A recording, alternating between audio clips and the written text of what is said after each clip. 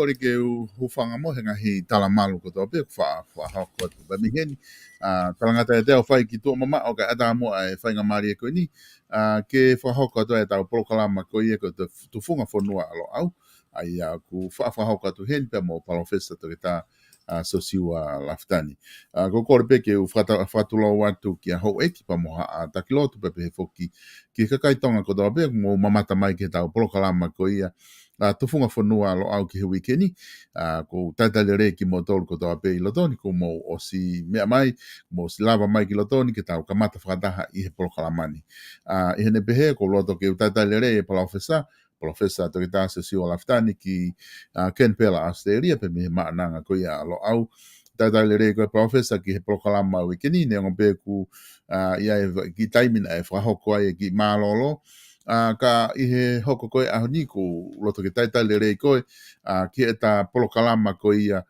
ki he wikeni e PALOFESA pa mo e whamalo lahi atu ko I ngā ko e lawa ke mao taimi ke tuho taimi ke lawa ke ta whahoko ai polokalama ko ia ki he wikeni ai ko tufungafonua alo au ki he wikeni.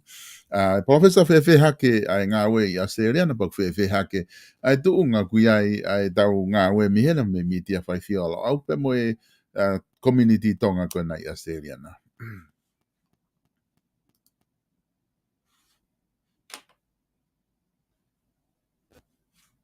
Kataki malo abito e tonga ya ko whamalumalu atu pe he talamalu e whanua lotu pe moia ko kai atake hoko ate tau polokalama pa tau whawhikai pe he mea kotoa pe neo e ta whepuringa ki ate ngai wike koe ni koe tau situa me ai ka kutato e whoki mai ke hoko atu pe tau polokalama mahu inga ai tau polokalama ni ka kou sai pe lelei pe alusani mo e whamiri pe kou lawei pe ulau maari lelei pe ta hine prinsesi ka koe eik talawhikau lahi o tonga ki Australia ni ta hine ko la tufu pe ka tuku aho ka kou lawei pe kune I Hawaii I he ene folau ka aku lelei pe ahono ka inga pe aku lelei pe o mau fonuani e tonga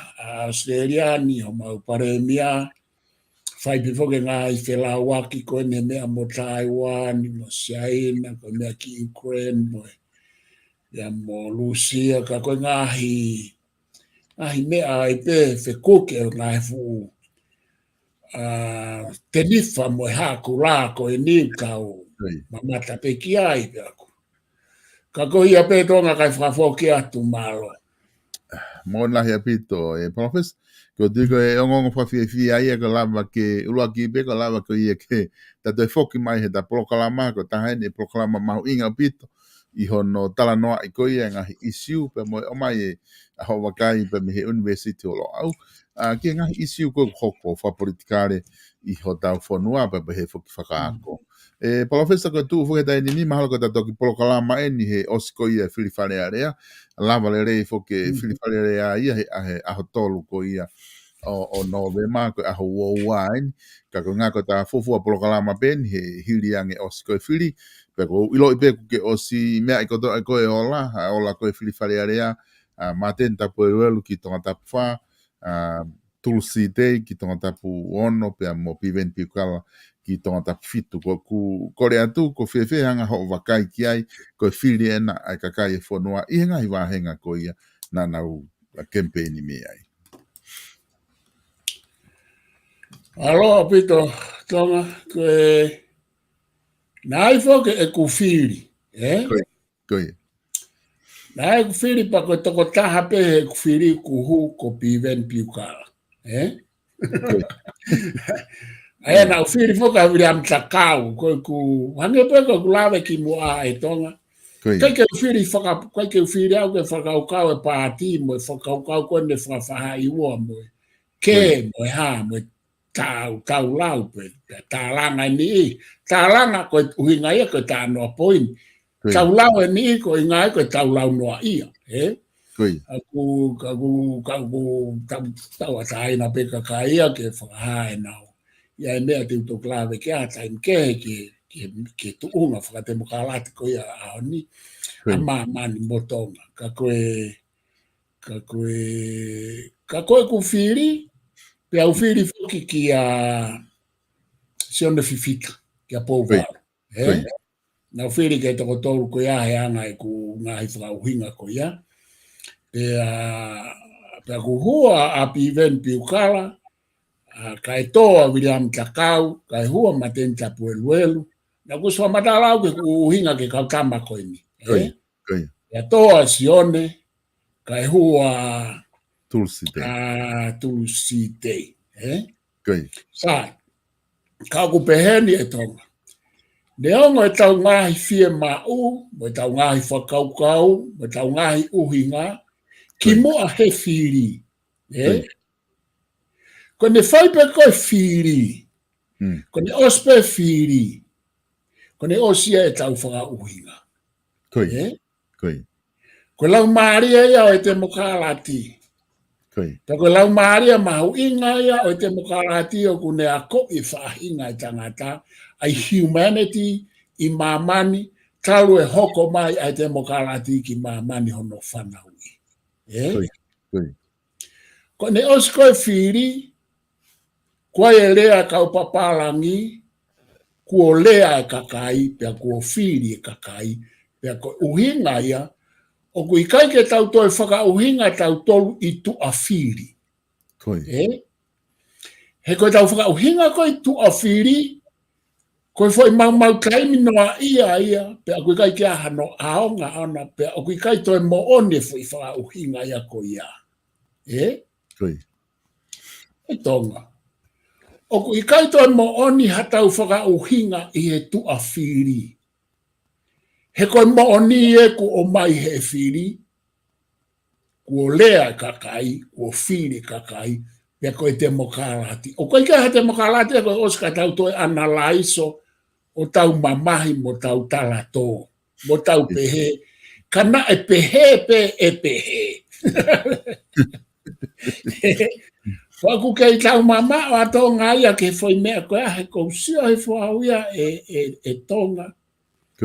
O ku tau kei pe foke tau te mokalati he foi hao koe mo e wāwhe hongo furu. O ku ikai ke pe a ngahi te whito I whakaukau whakate mokalati he konistu tone na e tanu poupe e tau whahao. O koe foi poine o whema o ke whakamahino. O ku ikai ke pepe te mokalati, koe pepe I e tauhanga o whakaao ngā I. Aia koe poini, koe u te whitai whakaukau whakate mokalati, whakonistu tōnei koe ke pepe, na e os whotu pea he tā walwhitni maha no a whangatuku. Koe mea u pepe, koe tau mahino I ke ngāwe ake u te whitai whakaukau ko ia. Koe mea koe nea hoko e uawhe ngofuruia ko hono to e tolo aki pe. Ai waka I te mokalati, I he loto konistu tone. Ka koe ke pepe ai u te whitoi whakaukau, hena e whatu pe ia, ka tau pe me konistu tone a whalani se hono u te whitoi whakaukau, neongo koe Repapirika, neongo koe Repapirika Amerika, ka koe u te whitoi whakaukau pe u mao ai, koe u mao he tau konistu tone. To kehe pe, monakie Repapirika. Ka koe kupoini, ko ne whai koe whiri, o tō wakahi whau ia tonga, koe ai u whakailo, pēr ku sai pe ia, koe mea pēr ku whai. Ka koe whakangofua pēr lao, ka koe mea koe whakailo, ai whiri, o kutoki iau whangatuku pēr whakamau, he ke tau ate tau toi tau whakamau, I he taimin ke pēr, kua fo I tā mai a koe, he kulaunga I kāka, I kai e toki a whangatuku pēia e whakamau. Ai koe fo I poini e taha, he o kutau lere noa ia e tala noa, lere noa ia e tala ngā, koe e u poini e mahu inga. Ka paure u whakailo, he kai ke tau a whangatuku pēr koe e u mea, he kai ke tau tā noa I ka pau kua awe ke whakamau anga, ka kutau lere noa ia, tau lotonga lere tau tore a mi tau lere noa ia. Lere no ia mea koto, o se whirio toi analaiso fo ia. Toi analaiso ia, pea hanu, pea toi ai mo u whakaukau ia, e pehe, e pehe, ka koku tānoa ke ai he ku mau ai atamai e kakaitonga. He fo i tae mahino ki e u mea whekau aku me te mokalati, ko neu tau rotonga rere ai au ni ko e tae mahino. Ko tae mahino ia fu matonu la. Ka kou foki mai tonga, ka mata ke uhewa atu au ia e whehituke, ka kou foki mai ke whiri. Ko i tū ko he kai mini, ko toko tolu ko e ni, ko tau loto, he pehe foke mea. Ka pauna te whiri he kai mālohi ta whaaki koe. Ko te mokalati te tau awe kia e tau poupou, te tau awe kia e tau loto, mo e hāfua ki he kau whafofonga kua hū ki loto. Ko na ngai tō no me na ngai mālohi ngā koe mea keheia, ka koe poini, koe whiri, koe kau tā mano hū ki loto. Pa koe mea rewa o tau whai, i he lau maria e te mokalati, koe tau tala monu mo e tau whaka monu, ke na uo whai lelei e whatongia, pia pe tau tuku rewa ai ke na tau whanonga atu, ka tau tokso atu ka nau ngai tō no, pia tau ki whamanatu at ka nau tolo e mea ke nau whai, o ku pehe e tau mea, ka aku whia mau tonga ke whai he lau maali e lelei, koe ke whai he lau maali e tau kape ke, moe koe mea koe paku humai ka kai pehe ni ia, o na hanga na tolo ai ke pehe koe hanga maheni ia ke tau ke mo tau kape, pe tala mai ia, koe mea ia koe ke tau whai, foi whakapo uri, koe u mea e o whemau ke whakamani manifi, koe matolu tu uia e whakapo uri mo whakapaperi ane. Fia mau ia ke rea atu e kau ako ki ai. Lea atu kau ako ki ai me area e maka, e koe taha, he eke mai a ahu te tau hua toi, e tu maa pita matapa. E rea mapi, heku pehe whoke tonga, ka taki pehe whoke he kau whai whekau ia. Ko mautolu pe mau rea mooni, koe ke toi rea mooni, hataha ko mautolu mau, lea he hingoa si sumo e otua. Whai e ko whapapau ki ai, pau kau whapapa ki ai. Ka koe poini o ku pehe. O kui kai koe kau whai whekau pe ku rea mooni, o toi rea mooni mo kau ako, o malawa ke rea mooni, mo hato e taha keha, kulupu kehe. He koe kau whai koto au, na e tufa kehe ho tau tare ni ti. Tara mai kau whai whekau e ni, ko nau tolu pe rea mooni, ko nau tolu pe tare ni ti tonu, ko nau tolu whai whekau. I kai, whepakia mo e ako naki a sisu, na e tufa kehe tau tare ni ti, kai ke whai whekau au, ka kou ke rea mooni pe malawa pe ke rea mooni au. Malawa pe ke lo ia whai whekau, malawa pe ke ulo ia, koe mooni ia, koe humanity ia. Ka koe mea ia. Aia koe mea ia kou tau sio ke ai tonga, pa kou tala monu atu au ia ka ato. Os tala monu apelo au ia he ose whiri ke toko koe ni. Toko rua koe ni, ia e umea kou tui ke na u whakaukau, ia e umea koe ke utui ke ai, koe ke utaria e au. Ka aku tuku pe, koe ka mea ia tonga ke te au ke mui, ai tala noa ko toa pe a pi veni koe, mateni ko haifua kau, whafofonga.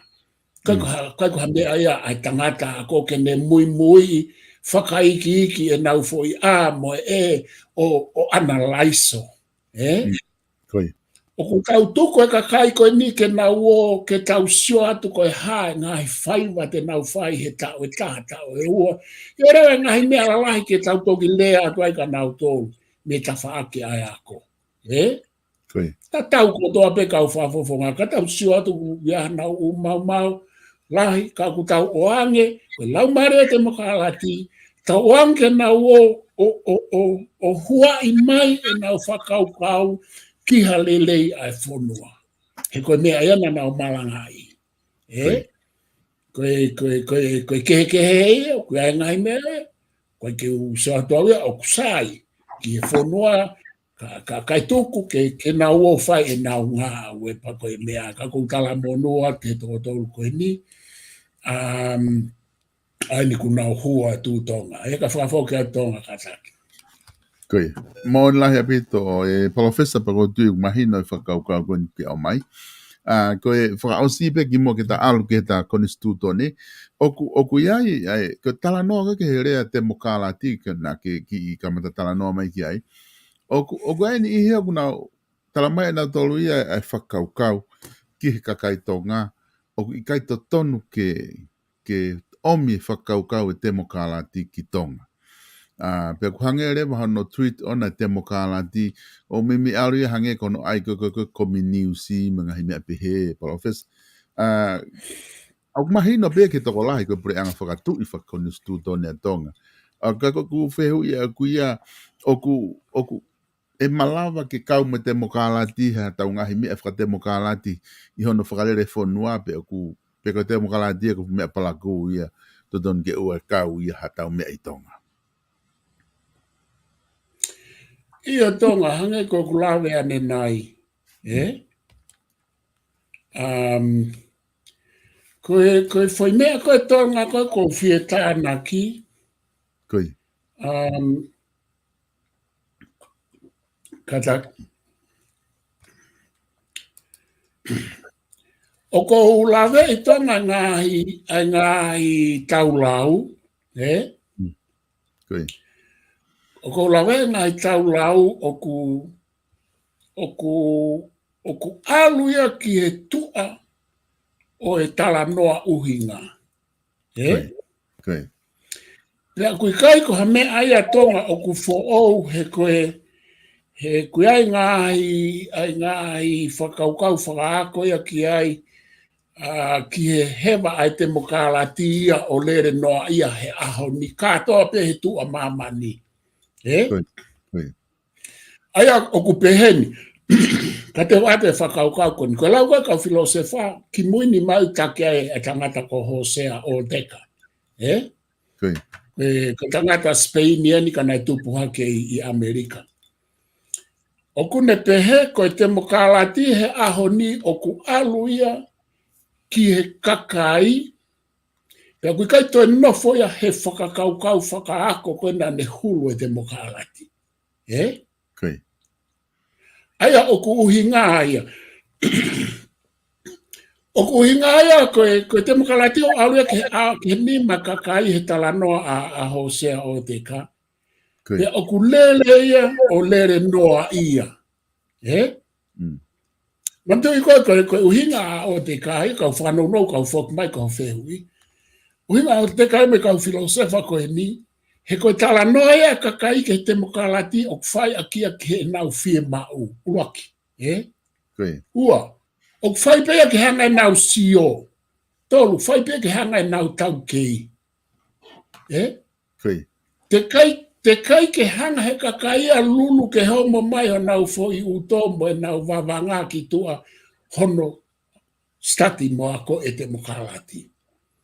Pe koe mea koe alua te mokalati e ke tuunga o ku ai noa ia pe ia he ku ave ia ke a finima kakai. Ko mea ko pare. Ai ko ta noa ia o te ka, ko whamatala tai ta noa o te ka. Ko ne pe he, ka reo ke toi nofo ia he whakakaukau koe hulu ake whakaukau whakaako ka ku lere. Ai ko no whakarea taha. Ko lere kai te mokalati e ufonua lahi maamani o kaua tonga, takia tonga. Lere aki pe ia, ai, koe ke toi lere he ne whakaako, lere aki he ne tae whakaako. Ta whanatau ki tā noa a Hosea o teka. Ka koe ku whoki atu tonga ki ho whehui. Tonga koe mea koe kou whakaamu au ia ke ulak whakamahi no whakatatau ki ho whehui. Koe whaonga koe o konistu tone ko hono whakamari ai pure anga whakatui mo ute fito i whakaukau whakakonistu tone. Ka koe whakakaukau whakakonistu tone, o kumakatu unga ia i he whakaukau whakate mokalati. Pe koe whakakaukau whakate mokalati, o kumakatu unga ia he u whakaukau whakakonistu tone. Koe whoirea kaka konistu tone ngawe ake maamani i he republic, pia moe mona ki whakate mokalati, o kuhinga ia koe ngai te fito i whakakaukau whakate mokalati. Pe koe tau whakarea ta hātonga koe whakakaukau te whito I whakaukau whakatemokalati o koe te whito I whakaukau whakakonistu tōne pe ia. Pe koe te whito I whakaukau whakakonistu tōne, koe te whito I whakaukau whakatemokalati pe ia. Ko hona kehe pe he ku taki whakapalestini whakare papirika, kai taki whakamonaki Ka ko te whakaukau whakonistu tēne whakatemokalati. Aia kau whakanono. Na os whakawai u whakaukau whakatemokalati he konistu tone atonga he tau whahau. Ka pau te tau o hulu I u te whakaukau whakonistu tone a tau tolu I he monaki. O ku mau katoa pe ia I he u whakaukau ai lahita o u whakaukau te whito. Ma upeia I he whakaukau whakonistu tone a Repapirika, a Amerika, a Falanse, kawan me ufonua o kei monaki ko Nusila mo Australia. O ku ma upeia ai. Ta ko kuhina ku tala no atonga, ke whakatonu tonu e tau mea, o ku ikai ke aha mea ia ko e tu ai monaki, o ke mo e te mokalati I he tau konistu tone he ku osfatu ia I ai. Koi. Koe fuoku o siai, koe whakaikiki, koe tau mea rewa whai I he contents I he whakaikiki, koe tau hanga mono, mo tahanaki atu, mo to o mai. Pea mo tau hanga, koe mea kou kei pepe, koe ke pepe whakaukau ia te mokalati ia tau tolu o I he konistu tōne. Hange ko klawe anai. Koe mea ku pepe, koe tau mahi no I, mo e tau hanga whakaaonga I tonga. Koi. Ai koe me ai, kono ai koe wawhengo furuna I tānaki mai toko fia mo fo ilili koe me ai aku hoko pe loto, ka aku ke iai pe ai u whaunga koe kou tānoa ki ai.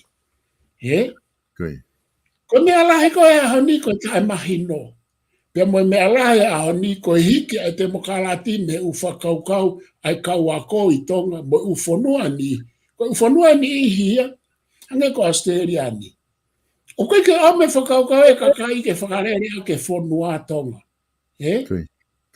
O whakarerea ke whakaukau e kau politician, mo whakaukau ai kau wako. He ko na tūlai e mea ko te mokalati ne tuku mau. Ko kakai o mai na u whakaukau o tānaki mai ki ai.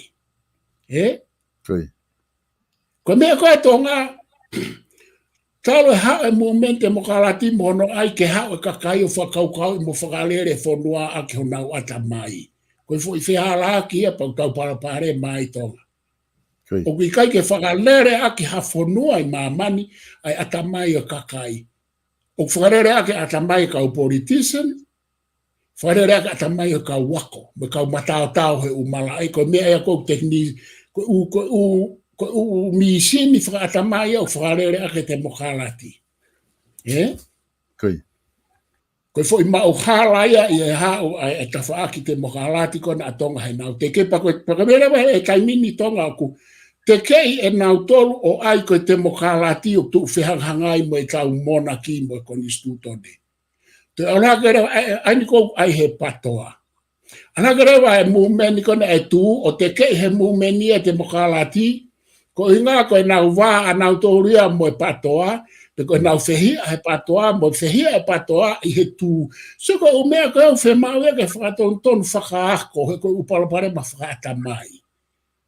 Koe taimi koe te hua tau mo lo au, te mahua lewa tala noa ke he koe fwoi mau whakapalapare ma whakawhakau ia.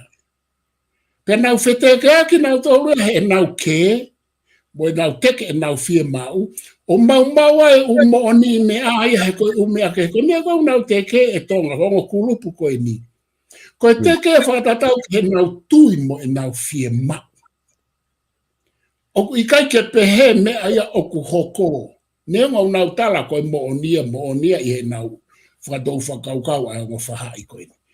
E hua lewa tangata ako, o talatu o ku kehe ai ono whakatotolo I e mooni. Koe mooni koe te mokalati o ku usi I he konistu tone hono u te toi whakaukau. E tonga. Pa ku hala rewa te he au e whakahuma te mokalati. Ka ku hala rewa e whakaukau te he koe monaki o ku he Ko konistu tone mo temo kalati o kuie. Ko temo kalati ko hono tama i mata e ufa konistu tone o kuie e kau konistu tone. He o kui kai ke lava ke ai fo ilea constitution ki ha monarchy i e talo e hawa ono po ni mo e ha me he League of Nations ke United Nations ka pau o kui kai ke iai ngahi te fito i whakaukau whakatemo kalati e tonga. Tonga ko nene tari ai he League of Nations he kuonga tau whaahau mga hipure anga lalahi o aho ko ia tau konistu tone he nanawa mai o hului. Nanau hanga hului e Piritania mo Falanise mo Siamane pe nanau mau e u te fito i whakaukau e tau konistu tone o e te mokalati a Falanise pe mo Amerika. Koe me ape koe repapirika e koe monarkie. Ka kou wakai fope fulahe tala noa loi, fulahe tala noa ta e mahino a kakai. Ka pau te tau taha ofa o fai e tau tala ngaka tau whewhaka apa aki ki e ume a koe ai fonua mo no ngahi uhi ngā mo na ngahi mo ni pe si e mau mau. Ka kua tau halakaka holo. Halakaka koe rea e ta hene la a kuunga fonua ta hene kun salo te tau taha nofo hono sia kare.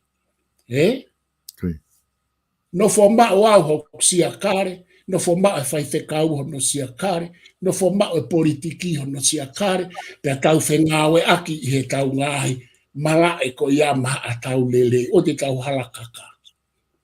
O te tau tae, o te anana mai koe i hoku hala, pe o te anana tau hala, ko mea iau hoko koi tonga hai aho ni, i muri mo tonga. Pe hoko rewa tau tala noa loi, tupunga he fie mao e patoa ia ke teke e nau mea, tupunga he fie mao he tū ia ke teke e nau mea, pa na tau aki omi rewa ta ki taha ai na fie mao, pe na tala mai rewa koe mo oni, pe tala mai rewa o kutu e te mokalati he, pe tu he ai monarchy. Pe ua whakahua mai te mokalati, pa ua whakahua mai monarchy. Koe hae whainga me a koe ia. Koe foi lo ia me pe, ho fie mao pe a koe. Koe tau konistu tone, ko awa pe kupu ulo aki, koe kupu whakatemo kalatia. Hau e kupu whakatemo kalatia. Tika tue mau pe konistu tone a Britania, a Amerika mo, Falanse.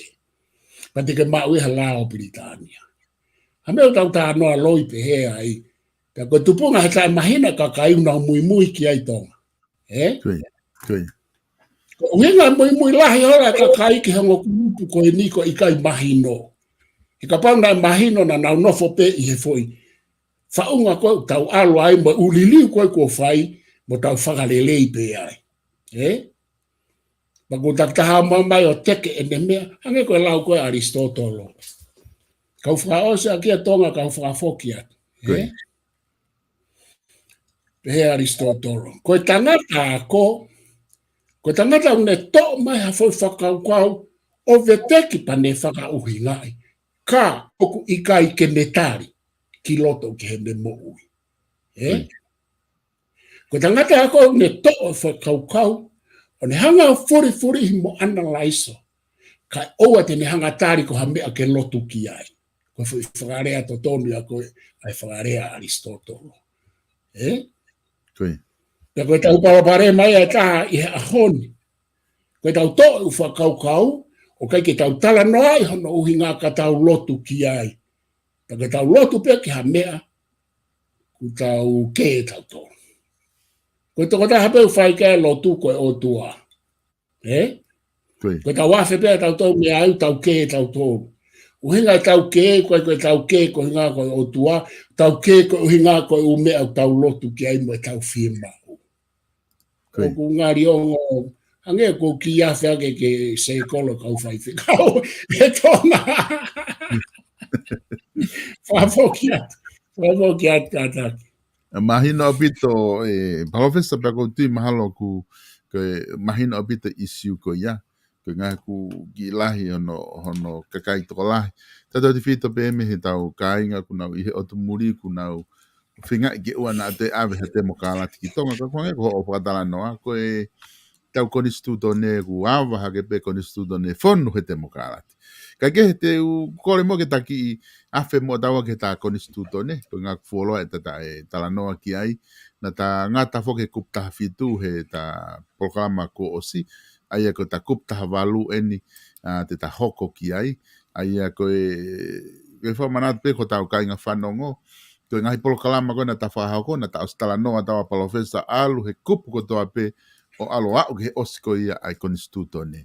Ko ta whoki mataua ko ni ke to e whaha wakai ke ngahi kupu takitaha i ho o wakai ko a koe pe mo e universito lo au ko e haha mo wakai ki ai ke ngahi kupu o kulelei pe ia ke tuku pehe pa ngahi kupu ke to e whaha no kapkap ke whakatonton ke tuku ngā koukutau iai ngai a honi ka te o atu ka te koe PALOFESA ke ta hoko atu mua he kupu taha walu. Ko e kupu taha walu ko e tuku hau, Koe. Ko e totongi hui ko uhi ko koloa ko ave. Ko e kupu mahu inga au pitoni tuku mape tonga ke uki hanga lau i atu, Koe. Koe.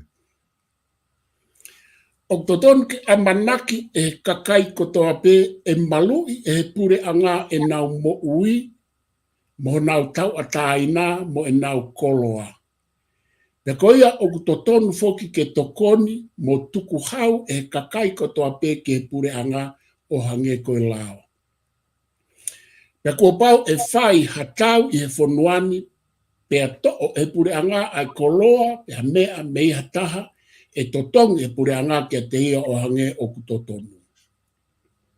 Takatutu umi e whare area ke to o mei hataha pe ani i ho nau api, pe koe konga ho nau api, pe ko nau whare, koe mea ke ngauhi ai, ngāhi hala e pure anga, ngā aue ai aunga ke pure anga e totongi e pure anga aia o kutotonu. Ko ai apite u poini mahu inga heni e tonga he u se te sipe, Koe. Pea koe fika ua ki o kai ke usio o tau hamea ke fie mau viviri ke liliu i he kupu ko e ni. Koe. He koe tatara noa pe foki i he kupu taha walu, ka aku toki hau rewa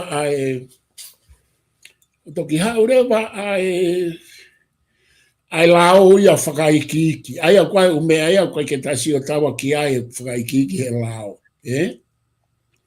Ka koe ngahi se tesi taki taha koe ni, mahu inga au pito ia ke te au.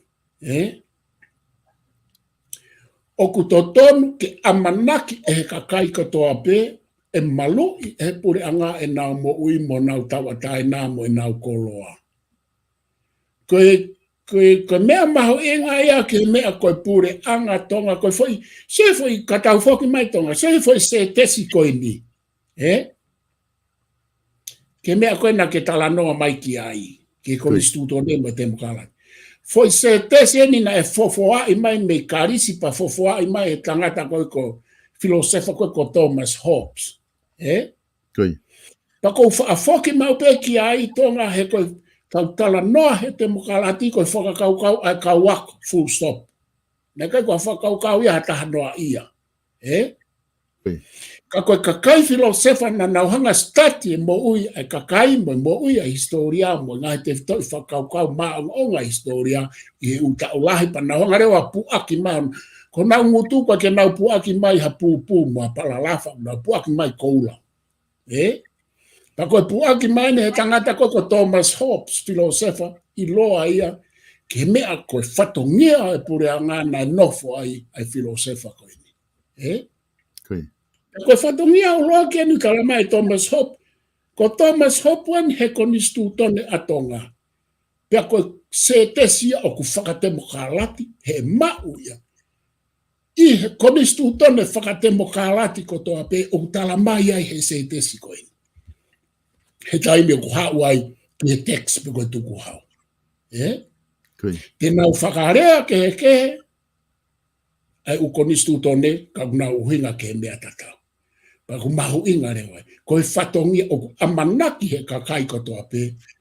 e malu ki nau tolu, e nau mo ui, mo nau tau atai nā e purenga. Ta whoki ke konistutone a Amerika.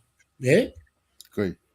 Konistutone a Amerika, nau tau mai whai whakaukau e filosefa koe ko John Locke. Koe whatongia e pureanga, koe whatongia e konistutone. Suka umea ko iau o whakarea tataupe. Koe pureanga, koe konistutone ia. Koe konistutone mo pureanga, koe demokrati ia he tala noa koe ne kau filosefa. Tama e John Locke. Koe whatongia e pureanga, koe whatongia e konistutone, ke malu e mou ia kakai whika uruaki, ua koe nau tau ataina, toru koe nau koloa, whao katoa i he se tesi koe ni tonga. Koe. Life, liberty, and property. Hangarewa e kau tama Amerika tohe nau konistutone, nau liliwe fo inea wha mui mui.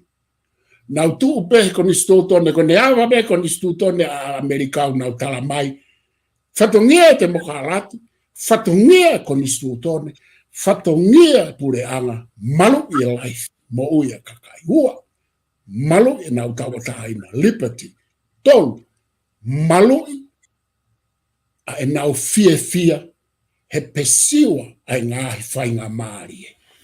Koe liri uia koe a Amerika, mehe mea a John Locke.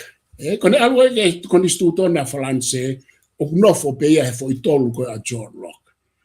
Hangarewa e kautama koe Amerika, o nau liliu e nau tolu. Tānake atu pe, koe tolu, kai ke toi ai koe property kai pehe, tolu, ke whekumi ke ngahi whanga maari, ka koe property i peia. Koe. Nai whanga maari e whakamateria, pia moe hā, moe aki, te ki whaalahi anga ono fo i riwe Amerika, ka koe ku poini. Oku asi fe fo i se desi uloaki o e tau kupu tāwalu, oku ase ko nistutone, ko ku fe whakafoki pehe tonga, ke hulu, ke mama fo i whakapo uri konu whae tau lau. Koe. Whakapo uri lo ai, au nofo ai whonua, pau nofo ai tau lau, fe mau ke rea atu, me ta whaka e lo au moe ako, o tala atu. Peko mea ea pe lau mai kakai, pe kapu mai, pe kai ke nautari koe ke toka ngau ki ai. Ka koe poinia. Sai, koe se desi uloaki au maupe ko ni sutone a pilita a Amerika, maupe ko ni sutone a Franse. Pea mau he ko ni sutone a tonga. Koe ha meu tau talamai au ke he te mokala tipa ke he pure anga whatu i he tau ko ni sutone. Oku whao ai. He na e whao e poto. Na e whao e ikuna kafta, Victoria sa tau whahau, mo ne kau pou, mo ne kau wharei. Koe. Koe tau tae mahi no te tau tala noa ia. Hange koe ni tonga. O ko mai u whakaukau whakalotu ia ke mai o whakawhekiki i mai ke konistuto nehe a honi. Koe me aia na o stala ngā ia ki mua. Koe. Pea hanga he wharei a Britania mei fisi mo Nusila, o whekaua tau whahau ke liliu, o kui kai ka konistutone ai SIOSIUA ana, mo kau lotu ko konistutone ai whonua. Koe. Ke to'o ke ha, ke to'o ke anga whaka konistutone mo anga whaka temokalati. O ai konistutone, ke o tua me a kotoa pehe e alu le vai a hangea konistutone ai kamisnare. Koe whare ia, ki e konistutone, ki e lao pou o no, meinu sila, mo fisi. Koe. Sai. O mai koe ai lao pou o no, sio hi whakoa mamani ki ai, ke nau whakatatau, ki e tūtune League of Nations, mo me ai tari ai a tonga, sio nau tōrua hangea konistutone ka misnare. Ke o tua kupu kotoa pe. Koe. Ko wheo ate mea koe ahe, tau te tau toke tāna i o tua konistutone, ke tau toi foki ke foi mea koe nei whai ai tālanga. Koe ngā koe tau tae mahino. Koe. O ku whie mau ke lo loto e tau ilo ki he whonua, mo e mea kotoa pe, Mo me alahi te tau. Kai lava ke tonu mo tonu e tau whakauhinga. Ia foi whakauhinga o ongo maari. Ko uhinga pe ko tau tai ilo ke mo one. U mea pa tau pehe ko mo onia. Sai ko hame ka tau toi whokia i halao po ono. Ke otua e umea na tau parapare mai. Whenga mamani ke whenga i ke tau wofi ke tutuuni a League of Nations. Mo u sio whakatemokalati. Koi.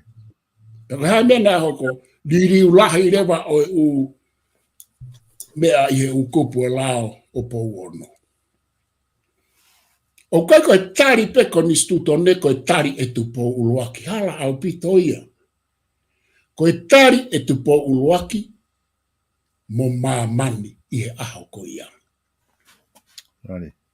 He nai whaka okay e tau ko ni stutone koe whaka okay pe e tupo uluaki e pehepe osi. Sai koe finangalo ene tu i osi. I kai. Na e check and balance mai fisi manu sila e kaupiritania ke mahino e ha. E tari e mamani e tau koni stutone he aho ko ia. Peko ne pasi e he tawalu fitnima. Kaku whai mai ta mai e taha he ne malanga ko tau whahau tu po uruaki pe tau whahau tu po uruaki pe. I kai nai kau e kau misnare.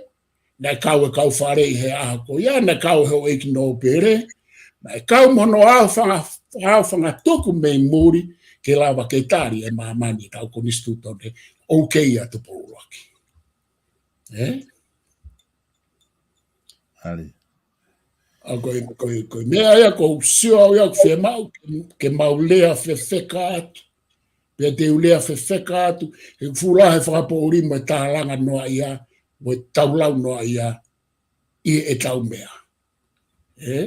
Pea koe whatongia whakaako pe ia oku koe ke wala tuao tuata ves for four. Koe ke wala tuao tā noa whakaporit kāre. I kai, ko tā noa whakaako pe ia. Koe ke tu iau kia kulupu. Koe ke piki au kia kulupu.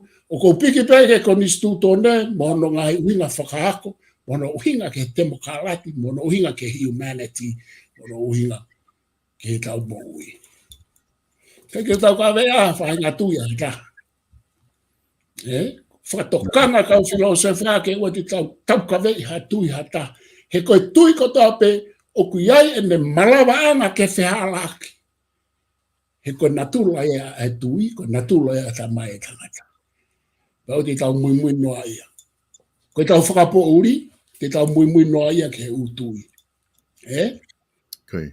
Koe kono whakarea mahino, koe tau tae mahino te tau mui noa ia. Pa koe tau mui noa ia o tau longoa ia ai.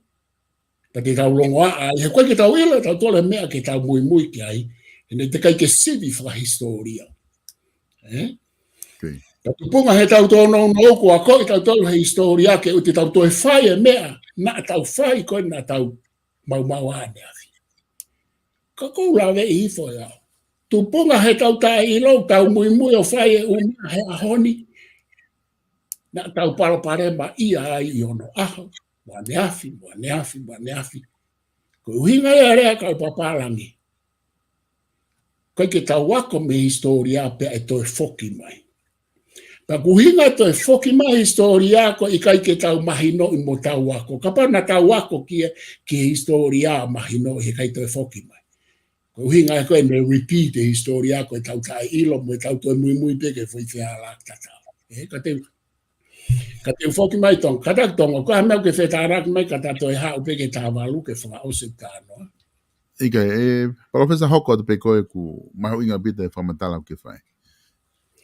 Ko ta hau koe ki taha walu ki ke setes o noa. Setes whakakonistu tone whakatemokalati. Pak mahalo koe me e te puaki mau pe setes o whakakonistu tone mo whakatemokalati me tatanoa. Ke tokoni ke foi tae mahino koe ne o katala noa ki ai. Pe koia setes iwa. Pe koia o kutotonu foki ke tokoni mo tuku hau e kakai ko toa pe ke pure anga hange koe lao. Ia pa koe uhinga ia koe ke tau tuku hau ai. Koe. Tala mai he se te si ua, koe toi se te si pe a John Locke. Tala mai. Koe uhinga koe ke tau tuku hawai. O koe koe uhinga aia, o koe ke uhinga ho tuku hawa koe ke alato tangi ke pure anga, poko hame u pehe aia koe he kuke tuku hau. Ke alo kova ha ho mo ngā pehe he ko whatongia aia o. O longo aia au ia he kova ha mo ngā kakai. E mautuku hau, koe mautuku hau. Koe whatongia ia o mo au ke ta tuku hau. Koe whatongia e pure ngā se te sulu aki ke me malu i ki taua mo e ta uwhia mau. Ka paure o koe ke lava he pure ngā malu i ki taua mo e ta ngā whia mau, pe ta rea at lewa ki ai, ko whe tuku hau. He koe tau fui whakawhetongi ia. Ka koe kai ko ha uhinga ia, ngā o ak wha politikare ia he ahoni he patoa. Talu e nau ngā o wha politikare ma ake he patoa. Koe kai kaila koe ngā koe mautuku hau, koe ngā koe mautuku hau. Tala noa kau tae mahino. Ki e fo i mea nai whau he kau poto e tau whakawhetongi e tuku hau. Koe whe malu i aki i he pure anga pia moe kakai. Kau tala te mea koe ni tonga. Oku te eki ke aha pure anga i maamani. He historia. Te mokalati, pe tae whaka te mokalati. Te ne lawa whai e me a kotoa peu loto ki ai kakai. Ka kou sea wake he e tala mua kone a kautonga. Tae mahino. Ko aia nia koe mea kotoa peu nau fie mau ke whai he pure a ngāko he ngāko e nau tuku hau. Koe whai mea ea mei whe, whai tae mahino e mei whe o mai pia mui mui kei toko lahi. Mui mui e tae mahino ke tae mahino. He ka pau na e mahino ke kau mui mui he kai ke nau mui mui tonga. Pa kou tānoa pe he tonga e fūlahe longoa a. Ko e te mahino e kai mea koe tuku hau he kai ke te longoa a kita. Pa kai ke te kai kai ala noa ia kita ia. Ka te mahino i ai tala noa mo e uhinga na e whaua e tuku hau. Koe ngai mau mau ia ka pa e whehalake pure a ngā wau ke tuunga. Pea mau mau e tuku hau. Mea ia kumooni. Ka aku i kai koha mea whakapolitikare. He koe tau parapare mai taha tonga. Ko e tau mea ko toa pe kua ngā ue whakapolitikare akia e he patoa moi tū. Pea ko tau longo ai. Ka ke aki i mea aia e ta e whai e he patoa ko pau ke ai whakapolitikare. Ai ono foi uhinga whakapolitikare. Ka kia mea aia ta e whai e he tū e ai hono uhinga whakapolitikare. Tāna kia kai me whai vesfora. Fo i palo pare malahi ia. He kui kaireo ke tau to lama tala noa uhinga lele ki ha mea. Kua pau ke pikoi ke alu ke whakapolitikare ke popo aki he tau aki tui ai o kulupu ko ini kuna longoa. Ko whakapapa loa ka naua. Ka kua pau ke tala noa. Tānoa naua me he natui. Tānoa ta ko inga whakaako pa ke tui au kia o kulupu. Ka koe uhinga ai whehui kou ke whai, koe uhinga koe ke ai ngo kulupu koe nipa, koe uhinga ai tānoa ka ki naua. Kau whoki mai tonga ke se te stolu. Ya ka tau e whai, ha tau i he whonuani. Koe ngo whoi, koe use te sivo ki lalo, kono whamaabopo pehe. Ka ha mea e to he pure anga mea koe, kere, koe uhinga ko hala pure anga. Peko uhinga ko hataimi tau. Kua pau ke totongi whakafoki. Soanga ko stohi he ke oua whakapopula e hataha. Pea oua whakamalohi e hataha. Ka pau ka hatono nou ai kau taki whakapolitikare. Kua hatono nou ai kau ngāue whakapureanga. Koe mea to ton ke tau whai ke tau wau ke konistu ton neo whakatonton pa tau wau whakailo ki nau tolu ka pau koe ke tau lawa whakatonton. Koe. O e tono no ka ki ia me kanga whapranga pa ke hau ko tala mai ke liriu e konistu ton neo ku iai e mea. O si ai pe e kuputa malu ai. Ka te whakawau ke atonga kata. Malo apito, Palofesa. Ko tu mahino apito ai whakaukau koe ni ku ke tala noa ke aku whena pas lele ia ma te tala noa koe ni he te mokalati he introduction koe ta polokalama. Ko seo pe ke ta taimi ka ko pe he te talawa pe o te lele i ma kuptahiwa ke ta ki whaos kia he aho ni ka ta toki marolo ai. Koe kuputahiwa ke whakahaloto e whakamore. Ko pau he ikai hapaanga e totongi atu me he whare paanga, pe he ikai hano, pe he ikai ha whakahoko ha ngahi mo ua he pure anga, ka e toki whai aki pe, ha tomu a whakahaloto ai whare area tuku ke i ngahi mea ko e ni.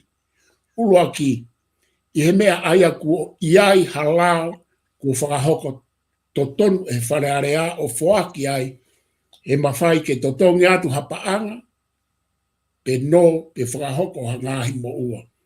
Pe e ngofua rewa ke totongi atu hapaanga. Pe a whai hano, pe whakahoko ha ngahi mo ua. O whatatau ke ngahi tutuni a lao ko ia. Pe a ua, i ngahi mea, kau, ki ha tau, pe a ngatu, pe maha ki whakatu tāmak, whafonua, pe a mea, tatau e hoko, whakatu unga, pe a e ngofua rewa, ke whai, ia he minista paanga i he loto ki ai a kapneti, pa ko pau ke ui rewa i he taimi ko ia e he tui ke whakataha e whare area, pa ko pau ke whakaha ai e minista paanga e ngā i tuunga o i whakamore mo lahi o i paanga. Koe konga uloa ki tonga, koe whakamahena mai, koe mea kotoa pe whika aki mo e paanga, ko pau me he whare paanga, me he minista paanga, pau ke fou he whare area. Tuku keherewa ulo aki moe ua, e malama ke nau ngāwe ake paanga, ka koe ngahi mea ku o si tofa mai he lao, pia ie ua, ukai ngahi mea e lawa ke tutu uni mai e he tui. Koutui koe mea ia oku asi mahino mai me hen kia te au. E tonga, koe ngahi kālanga tonga na e whai, e tāpuni koe e whare area he COVID. O ku tōloto ia he kupu koe nina e ngāwe akia he pure anga e ulo aki, moe ua, te whito ki he ulo aki. Ulo aki. Ai ana e longoa, lewa kakai he konga, koe koe ulo aki, i he konga whamatala koe na ki olu ngā tonga, koe mea kotoa pe pau ke fōu he whare area e paanga. Ka ku whakangofua mai ka ha mahaki whakaauha pe ko hatau, o ku malawa he whare area ke nau ngāwe ake paanga o whatatau ke austutu ni a lao. Aia o ku hao ki ai, ka pau koe tonu ia, o ku hao ki ai e pure anga ia. Ta tau pe pure anga o whaiwhekau toke tāpo ima tēne toa, mo pure anga koe me hua kawa meiriku. Kai whainga te kakaia he whamatala ki olu ngau pau ke fōu e mea kotoa pe he whare area me he whare paanga mo minista paanga. Ke whatonga i toa. Ka koe to tala mai rewa he ulo he konga si e lao ula ki mo e ua o ku malawa pe o whakatatau ke uhinga koe ni. Aina nau ngau aku ke nau tol patau rea atau tu. Na tau kau pe na e ku rea atau aku apuka hafua mea whai. Ka koe ni koe tau whoki mai be koe ke konistu tōne o ku nihanga mau pe o hulu mai tau tō. Pea koe o mea aina koe tala mai koe tonga. Koe ai ki he ata ki tua moe, ata ki loto koe. Koe hafua e u whakarea koe atonga. Mau kaimea ka te au. Kua si ia konistu tōne ka atoa. Koe whakarea ia. O ku ia he kaupapala ngi koe state the obvious. Koe tala noa koe ke ata ki tua moe, ata ki loto moe tariui moe ha. O koe ko hame ena toke mahe ua afe hongo fulu. Kua o si wha o ia he konistu tō ne ko eni te uhanga peo o hake me umea koea ke hulu hulu a ki tau tolu. O koe ko hame ena e mahe ua afe hongo fulu. Pa koe tau kai kai lalo ataki tu ataki loto mo tari ui mo ha. Kua o si ia konistu tō ne. Koe palo pare ma ke tau hanga whakahoko ke tonu. Apply. Yeah? Ka te uwhakafo ke ato. Ko tui palofesa o mahina o bito e whamatala koni ke whai. Aia koe kupu whoko ni na e kaui he whakarere i koe he wafi hongo fulu.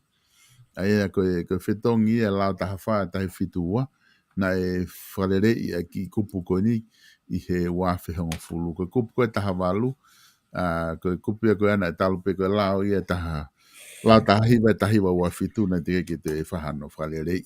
Ai fai kupu koe na takamata. Aki ka kouti mahalo e palofesa koe te tawhi unga pēha ngo fai kupu koe ni.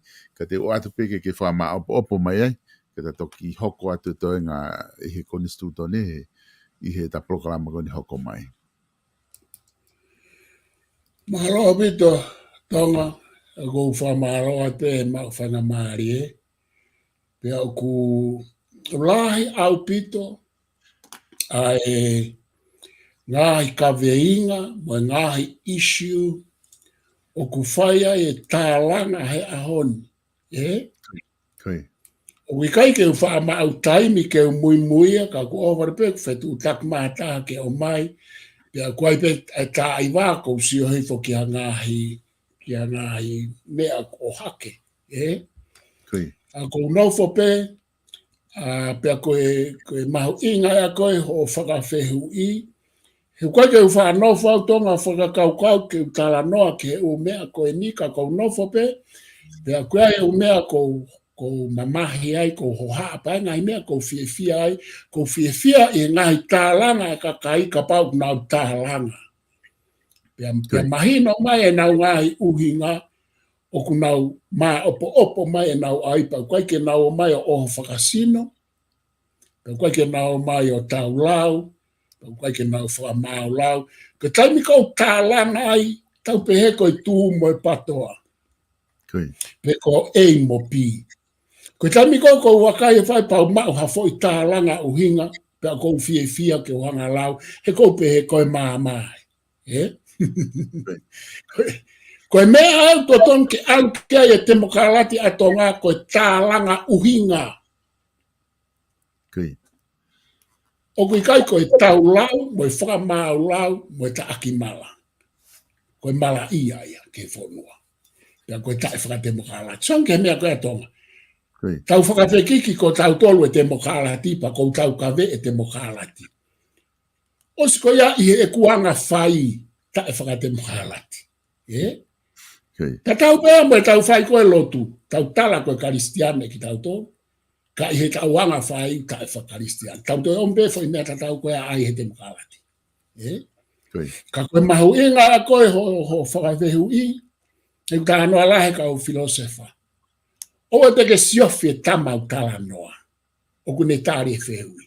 Siofi e tama o kune whakotu mai whehui, pe kune tataki tala noa. Koe mea mahu inga a koe na iloa sa ola te se ne ngā hita e loki. Na ke tau sio tau tōrea ke tala noa kau tamana nau tala noa moia. Hange ko au. Ke whaasio i ka te au. Ka tau sio. Ka mea kou iloa e sokola te si. Ko ne hanga o tataki tala noa mo e me whehui.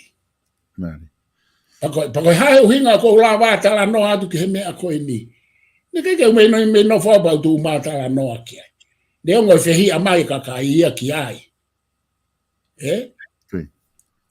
Fehi amai nau dolu fehi a. Nengo fehi amai tu, fehi mai patoa. Ka te utala noa, tu au he okuha. He oku ke tataki mai e tatala noa mo e fehui ke urea atu ai. Ale ko koe to ton koe ke tai he kakai. He nai kai ke meirea mai au ka kohonga aue. O tam ke hanga he tu mo e patoa tai to lai. Kai ke ko ofa atu ki he tū ko toa pe, mo patoa ko toa pe. Ofa mai. O koe ai lea maari hoku te hina. Kei. Ko Montiveti, ko Montiveti, ngala e whai ngā Montiveti, ko lea maari, e toko ua o pita, whai whikau pita pua. Kei. Kau tamaha apai en, kana mautupu hak mo pita pua mo Montiveti, ko ulahi pea ki naua. Wo fi mai ta o Montiveti ka te au ko pita pua, toi ki isi i foi e te au na wau, peke manatu ia na pita pua i pa. Ka koe lea Montiveti ko whatoa ngā hifu. E ko Montiveti Liwaki, Liwaki. Ko tonga e nau tangata i ki mo se ola a ko Liwaki. Ko Liwaki. Ko Montiveti, whai whekau koe. Ko whatoa ngā hifu he rato mamai a Montiveti he tā he taulau koe a pita pua koe mo ke nolo kōrio. Koe pehe Montiveti. O ku totonu ki he tū mo e patoa ke nau o mai o nau sio ke ha foi platform ke nau ngā ue ai mai lelei ai whonua. Tuku kehe ange a ngā he tō kehe. Pea nani tānaki mai po ine taha e Montiveti, kone pehe, koe mea kotoa pea kua hanoi ku anga. Pana ne lea whewheka ai kia kōria, pana lea whewheka ai kia pita. E ko ono o toko ua. Ko pita ko hok toko ua, ko Montiveti ko hok toko ua, ko kōria ko hok toko ua. Pa koe lea ko a Montiveti. Mea kotoa peu kua hano ngata anga, mo no iku anga. Ka whie mau ke siofi hangahi mea, ke omi e ngo kurupu koe ni, pa ko tui koe whotu lelei a Montiveti.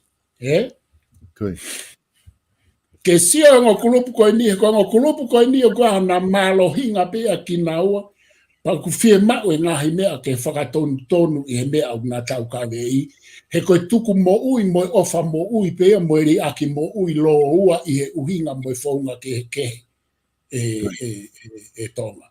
Pa koe mea koe ko whitānaki at ke whamatala Montiveti.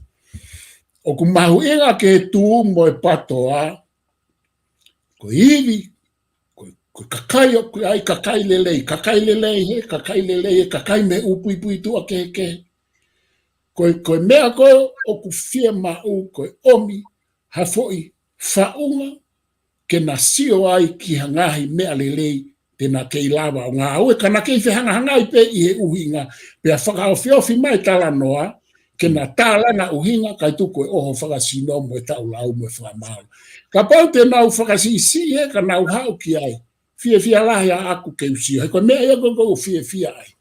Ke usio hifo ki ha tālanga, o ku whai i he uhinga, pea oa oho whakasino, na o si lea akia, e kaukari ki, pea lea ake Aristotolo Palato, pea mo sokola tesi. Koe mea pea o tapu e taha, koe tapu pea o mea koe tālanga, pe koe tāloki, koe oa e oho ki he sino. Oa oho ki he sino, ka ke oho ki he uhinga, ka ke nofo he uhinga. Pea koe mea e koe whaingata, koe te moka latina e whao e tālanga, mo freedom of speech e sokola tesi. Koe uhinga e koe whao mea ka kai koe ni. E kai ke whao e hata manoa ia. Koe mafu te fua koe freedom of speech a sokola tesi e ne tālanga. Koe nofo he uhinga. Pea koe kau toko tolu koe ni Palato, Aristotolo, mo sokola tesi. Koe mea pena nau mo uia ki koe nofo e uhinga, e ngai tō no ia he na uhinga. Kai ke pehe ia o haoa pea maa oni. Ka nau nofo e uhinga, pea koe mea ea koe uku taki a ke te mokalati a mamani. Koe ne he pea mamani a mea ai ku nau, ku mau e a freedom of speech. Monla. Pe uia ke alu pe tau me amo tau to e ako katoa pe ko i tau talanga whakatemokalati ko tau mamahi i tō ngā pe oku nofo i he uhinga pe oku nofo he sino. Ko mea koe kou lawe i, pe sete hive hiwa e tau talanga he ahoni mo e tau kawe temokalati e tonga nofo pehe sino. Nofo pehe sino. Koi. Whemau ke tau whakaofiofi mai ki he uhinga, pa e whakalata pa te fia mau pe, he kou fia mau pe i he eiki. I he kusio e whakaha tālanga hango tamau na nofo e uhinga, pe koe tū mo e patoa, pa kou alwa sio ai. Ala sio ai ka pai nofo na tālanga he uhinga, kau si e nofo e uhinga. Ange kou klau, pe seti e hiwa tālanga he te mukalati i tonga momuri, nofo i he sino, oho whakasino pe. Oho whakasino. Taka pau e ai hata polokalama hoko ataua ke uvete ate ai tālanga oho whakasino e toi māma lelei anke tau sio katoa kia. Te uto ate se tesi ai tama o vete.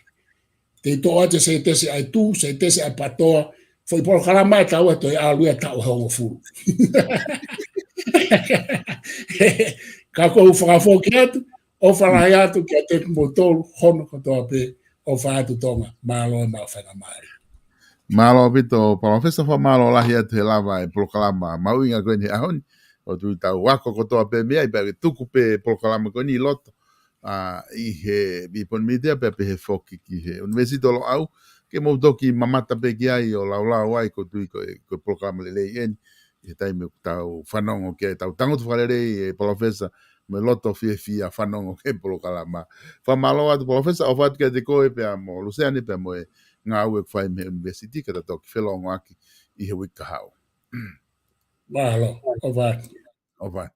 Wha malo atu kia te ki mo tolu kainga i he lavarerei koe e tau polokalama TUFUNGAFONUA lo au ki he weekend, ta toki hoko atu i he wike koe ia ka hoko mai. Ka tau ngahi polokalama koe ia pongpongi, ai o ku toe ke ta wau ki he polokalama koe ia, ai whawhango saione, ai e whahoko i hoko e taha, pia mo e polokalama koe ia tala noa ako mo politikare, pia mo PALOFESA ino ke huakau i he hoko e tolu a pongpongi, ko tua pule lulu, koe polokalama ia i taimi taha, koe polokalama ia whika fitu pia mo e whawhonga wharearea marolo, Mr. Marolo e tuate lavulavu, ia e whahoko tuia i he topule lulu, i hoko e taha pia i he whalai te rewa, hongo fulu pongpongi koe polokalama whatu whanua fo ou e te lere atuia i he pongpongi whalai te whamalo lahi atu ki kau sponsor ko toa be, o kumou tokoni, i ono totongi ngahi polokalama ko ia ke whakahoko atu pe miheni,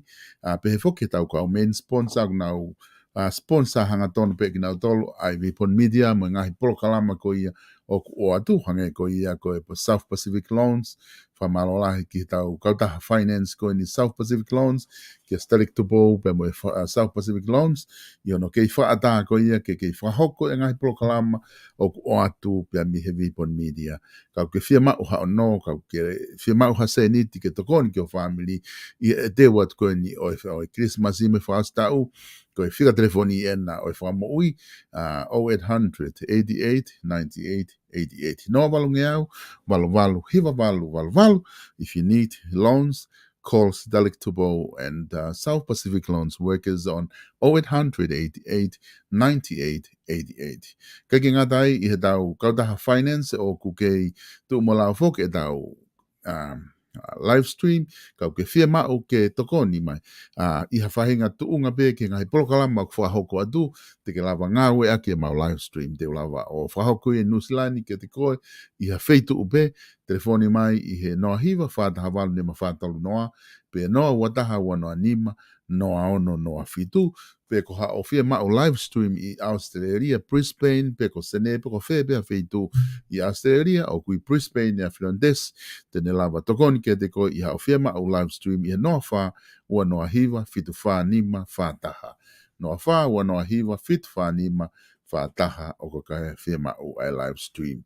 Ko tau wharikoloa wala koia page facing store o ku tu hanga atu ke tau me pia building wawe na ke tōmui i he ngahi uta koia na ea o atu ki ai ngahi wala whakai ona pō ni kuna o mau te ke lava o whitu taki pe ki wharikoloa i he taiminga aue ua whitu tolu ni no. Pe walu ono, nima tolu ono, i hao whahinga whia mau pe e mau koto atu ia me iai pe ka pau koe ke mau e lava ke nau ota atu ia kia te koe ke lava ke mau hange koe ngahi kofu mari o ku nau lava le rei ke aloange ke mau ho saisi fua ho saisi ke tonu pe nau ota atu ia ke deposit pe ki senitisi ka nau ota atu to ngā pe a whafolau atu ia ki tongana ke lava ke mo tori mo whiri ai ku amanaki pe ea o atu na uta ko ia he Christmasi i ha weekend ki mua pe toki toi ha wiki taha pe whai Christmasi o kunau amanaki pe e au atu ki ai mo nau uta ko ia ke Christmasi ka au ku e whakaongo atu pe ka ngahi uta ko toa kona na o si toktu uta atu ki tonga na te ke lava tori mo whiri ai haa whahinga wala pe pe mi he page facing store i lota nuk alofa ua fitu tolu ni maono pe ka valu ono ni matolu tolu ono ka mo mea